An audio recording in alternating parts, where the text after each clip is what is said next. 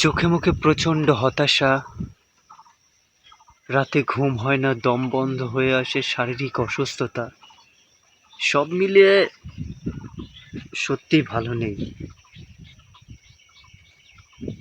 এই জগতে না সহজ সরল মানুষের কোনো স্থান নেই।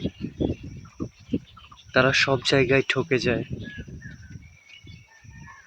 যারা অল্পতেই বাঁচতে চায়, তাদের সেই অল্পটুকুও জোটে না।